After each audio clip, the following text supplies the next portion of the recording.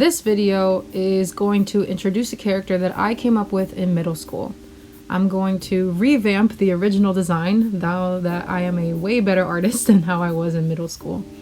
And with this design, I'm going to include a discussion about how to draw an effective character design that considers different aspects of your narrative, like world building and message or metaphor. So, with that said, establishing a consistent and iconic design is the first step of effective visual storytelling. The way your character looks should inform your audience, the people reading your story, about their personality and the world they live in. So their physical characteristics, such as body type, and accessories, such as weapons, tattoos, or clothing, all of these should fit into the story you are writing. For instance, my original character, which you see on screen, is a soldier. So I need to consider, what does my audience need to see for them to know that he's a soldier when they look at this character? What is the message or theme I'm trying to convey to my audience with him being recognized as a soldier in the first place? So why am I making my character a soldier?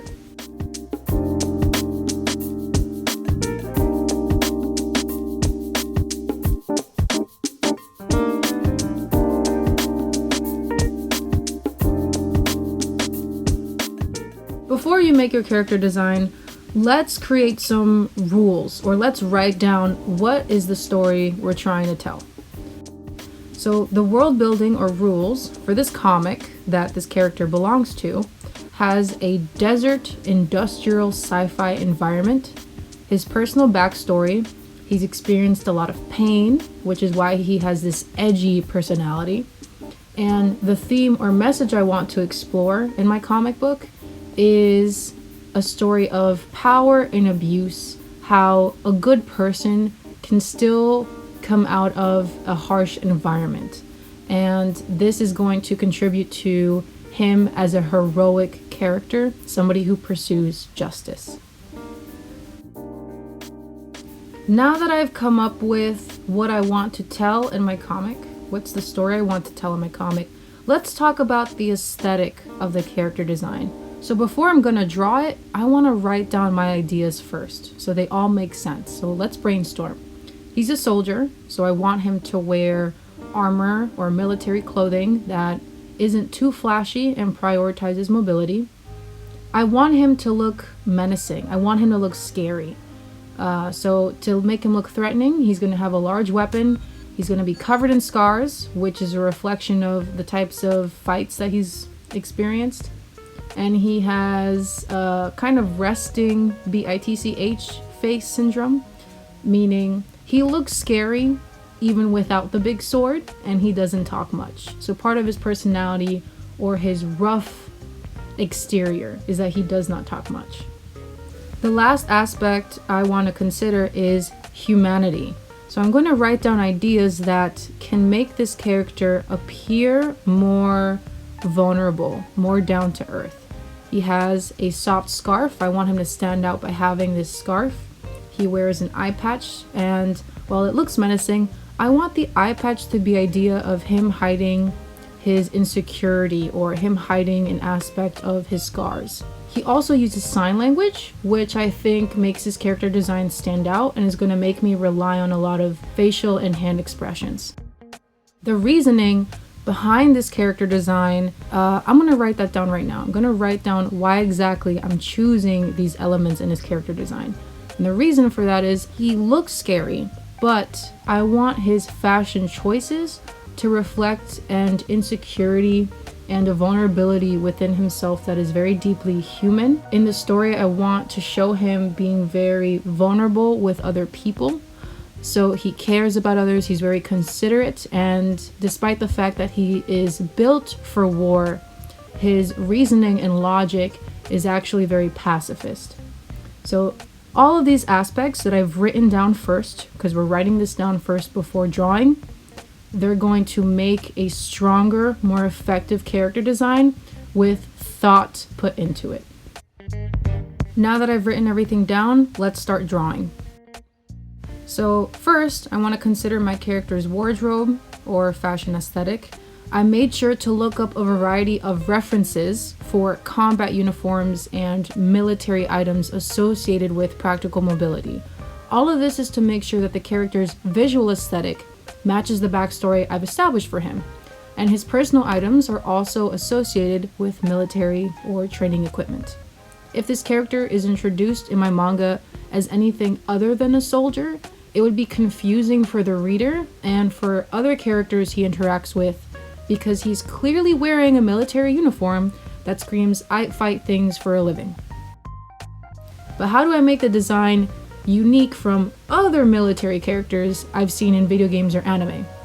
Right? I don't want to just copy and paste the same design that people often use in different mediums. Fashion is a useful way for an individual's wardrobe to express their individuality. In other words, fashion is also a choice. For example, this guy's a soldier and is therefore forced to wear a practical, rigid military uniform. In our world, uniforms inherently strip people, employees, soldiers, etc., of their individuality. It takes away part of their humanity or personality. So to make my character stand out, I decided to add 2 items to his wardrobe that reflect his choices. He wears a black eye patch and a soft red silk scarf, silk specifically. The scarf contrasts with his threatening military uniform. So he looks scary, but the scarf is a soft item that softens his appearance, because he chooses to wear something that highlights his humanity. I'm trying to tell my audience that this character chooses to wear something soft and non-threatening. So while on the outside he looks scary, on the inside he's actually a big softie at heart. This distinguishes his personality and makes for what I think is an iconic character design within my comic. A red scarf and black eye patch makes this guy easy to identify or stand out within a larger cast of characters. Second, physical characteristics like body type also demonstrate a certain lifestyle. So this guy is covered in scars. He clearly struggles every day to survive conflicts that tend to cause major injuries or threaten his life. In this comic, monsters exist that he is tasked to destroy as a soldier. So the severity of his scars are a reflection of the power and strength of the monsters that he fights. He's also really skinny and ripped, which means it's hard for him to find a stable food source, or that he's really strong. He's constantly moving around from mission to mission due to a nomadic lifestyle. So aside from his very large sword, which he relies on to defend himself, because he travels a lot, he packs very light. So I'm not going to draw any backpacks on him. I'm not going to include an exuberant amount of details to his character design either. He's not supposed to be flashy, he's supposed to be practical.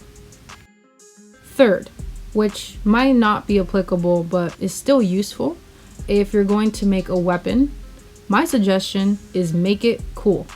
The size, power, and design of your weapon reflects the character's abilities, strength, and skill to wield it. Different types of weapons highlight different strengths and weaknesses. It's also a great way to mark your character as recognizable. If your character isn't very strong, they might rely on a magic-based weapon or something that distorts reality in their favor. If your character is physically very active, then drawing a huge sword is going to showcase how strong they are and how capable they are of fighting off a bunch of enemies at one time.